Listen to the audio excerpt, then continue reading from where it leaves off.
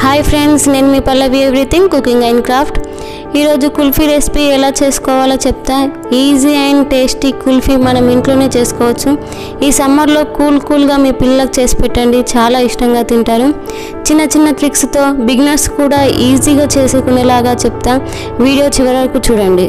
ముందుగా ఒక గిన్నెలో కొన్ని నీళ్లు పోసి వంపేసుకోవాలి. ఇలా చేయడం వల్ల కస్టర్డ్ అడుగున పట్టేయదు. తర్వాత ఇందులో చిక్కని పాలు 2 కప్పులు తీసుకోవాలి. నేను తీసుకున్న 2 కప్పులు 1/2 లీటర్ అవుతాయి. పాలు తీసుకున్నాక ఒక పొంగు వచ్చే వరకు మరిగించాలి. ఈలోపు 2 టేబుల్ స్పూన్ కస్టర్డ్ పౌడర్, కాచి చల్లార్చిన పాలు 1/2 కప్పు వేసి ఉండలు లేకుండా కలుపుకోవాలి. 1/2 లీటర్ పాలు కాకుండా 1/2 కప్పు పాలు ఎక్స్ట్రాగా తీసుకొని కలపాలి. కస్టర్డ్ పౌడర్ ఏ సూపర్ మార్కెట్లో అయినా దొరుకుతుంది ఈజీగా. నేను తీసుకున్నది vanilla custard powder. Strawberry, blueberry, mango flavour, butter scotch flavour ఇలా చాలా రకాలుగా దొరుకుతుంది. మీ పిల్లలకు ఏది నచ్చితే, మీకు ఏది నచ్చినా కానీ ఆ ఫ్లేవర్ తీసుకొని ఇలానే చేసుకోవచ్చు. ఇదే విధంగా చాలా బాగుంటుంది టేస్ట్ మాత్రం.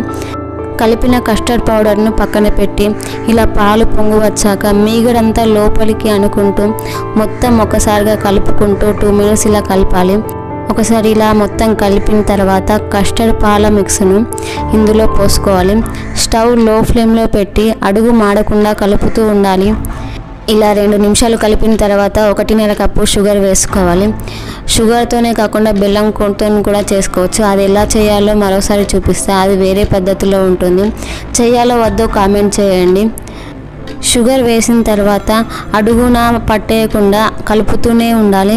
ఇలా ఒక 15 నుండి 20 నిమిషాలు కలుపుతూ ఉండాలి. కస్టర్డ్ పౌడర్ వేసాక ఇలా పాలు కలుపుతూనే ఉండాలి. ఇక పాలు ఇలా కలుపుతూ ఉన్నప్పుడు గిన్నె సైడ్లలో ఉన్న మీగడ పాలలోకి అనుకుంటూ కలుపుతూ ఉండాలి. ఇలా చేయడం వల్ల కుల్ఫీ మరింత టేస్టీగా ఉంటుంది. మనం తీసుకున్న 2 కప్పుల పాలు 1 కప్పు అయ్యే వరకు కలుపుతూ ఉండాలి. నేను ఏది చేసినా నేను ఒకసారి ట్రై చేసి అన్నీ తెలుసుకున్న తర్వాత మీకు చెప్తానండి. Please like and share, comment కూడా చేయండి ఎలా వచ్చిందో. ఇలా ఈ కన్సిస్టెన్సీ వచ్చాక స్టవ్ ఆఫ్ చేసుకోవాలండి. ఈ కన్సిస్టెన్సీ వచ్చాక 1 కప్పులో తీసుకొని పూర్తిగా చల్లారనివ్వాలి. ఇప్పుడు ఒక మిక్సీ జార్లో కొన్ని కాజు, బాదం, పిస్తా వేసి ఫైన్గా మిక్సీ పట్టుకోవాలి. నెక్స్ట్ ఇందులోకి చల్లారిన కస్టర్డ్ మిక్స్ని వేసి బ్లెండ్ చేసుకోవాలి. ఈ కన్సిస్టెన్సీ వచ్చాక ఐస్ క్రీమ్ మోల్డ్స్లో కానీ గ్లాస్లో కానీ పెట్టి డీప్ ఫ్రిడ్జ్లో 7 అవర్స్ పెట్టుకోవాలి.